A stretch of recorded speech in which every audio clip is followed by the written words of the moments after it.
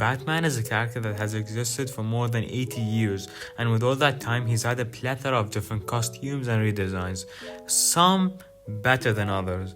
I'm going to be explaining some of the background and history behind some of the suits in Batman's expansive comic and on-screen history from a random picture I found on Reddit. But hey, strap in and enjoy the show, I guess. In 1939, DC Comics was looking for a new superhero, a character who could build on the wild success of their earlier comic book phenomenon, Superman. Editor Vince Sullivan turned to what then appeared to be an unlikely creative source, gag cartoonist Bob Kane, and asked him to design a new superhero. Bob Kane, along with writer Bill Finger, would go on to conceive one of the most popular and enduring characters of the 20th century, the Batman. In 1943, Columbia Pictures released Batman. It stands as the first live-action depiction of the Caped Crusader and the Boy Wonder. The 1943 serial introduced some key elements of Batman lore to film audiences for the first time, including the Batcave, Robin, and Alfred. While Batman was missing Joker, Catwoman, Penguin, and the like, Columbia opted to present an original villain, Dr. Daka, as Batman's adversary. He's a Japanese nationalist and loyal soldier under Emperor Hirohito. While this film did have some pretty bad acting and was very cheesy and pretty racist, it was the first time Batman was on the big screen. It's gonna get some points for that at least. The Batman of Zur-En-Arrh was introduced in 1958's Batman issue 113 by Frank Heron and Dick Sprang. The story begins as Tilano, who protects a faraway planet in a red, yellow, and purple costume that bears a striking resemblance to Batman's suit. While a dazed Batman pilots the Batplane over Gotham City one night, he finds himself transported to the world of Zur-En-Arrh by Tilano, who had adopted his own crime-fighting persona modeled after the Caped Crusader after secretly monitoring his activities on Earth. Tilano recruits his inspiration to help him drive back an army of robotic invaders, piloted by an unknown alien race. The tide is turned when the Batman first discovers that the planetary conditions on Zur-En-Arrh give him powers and abilities similar to Superman.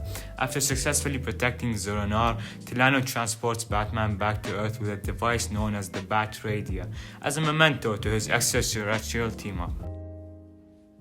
1966's Batman television series practically defined the comic book adaptation for the next 3 decades, with its distinctive visual flair and parade of celebrity guests, even as it walked the line between loving adaptation and straight-up parody.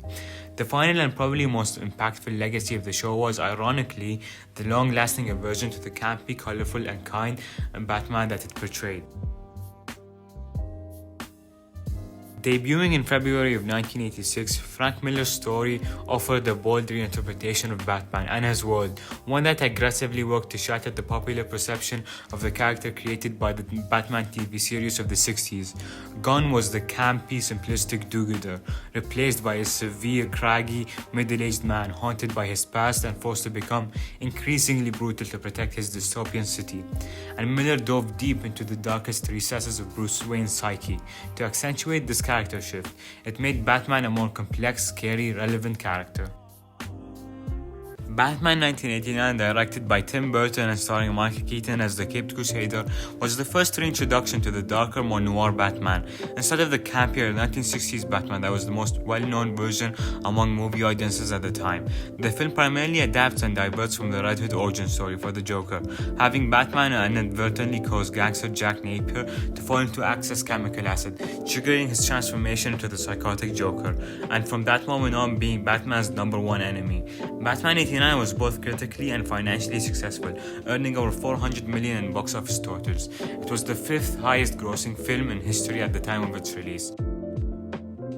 The success of Batman 89 prompted Warner Bros. Animation to create the acclaimed Batman the Animated Series, developed by Bruce Timm and Paul Dini. The animated series is the best adaptation of Batman anywhere outside of the comics. The series was praised for its darker tone and thematic complexity compared to previous superhero cartoons, and thanks to it, it spawned the shared universe of the DCAU, spawning further animated TV shows, feature films, comic books, and video games, with most of the same creative talent behind them.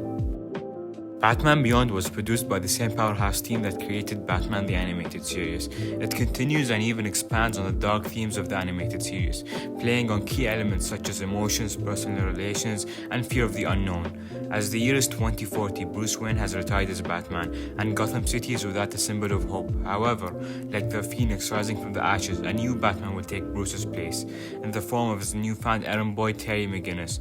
The legend lives on. Batman goes beyond the Wayne legacy and into uncharted territory, making new enemies, friends, and reasons for why the world still needs Batman in it.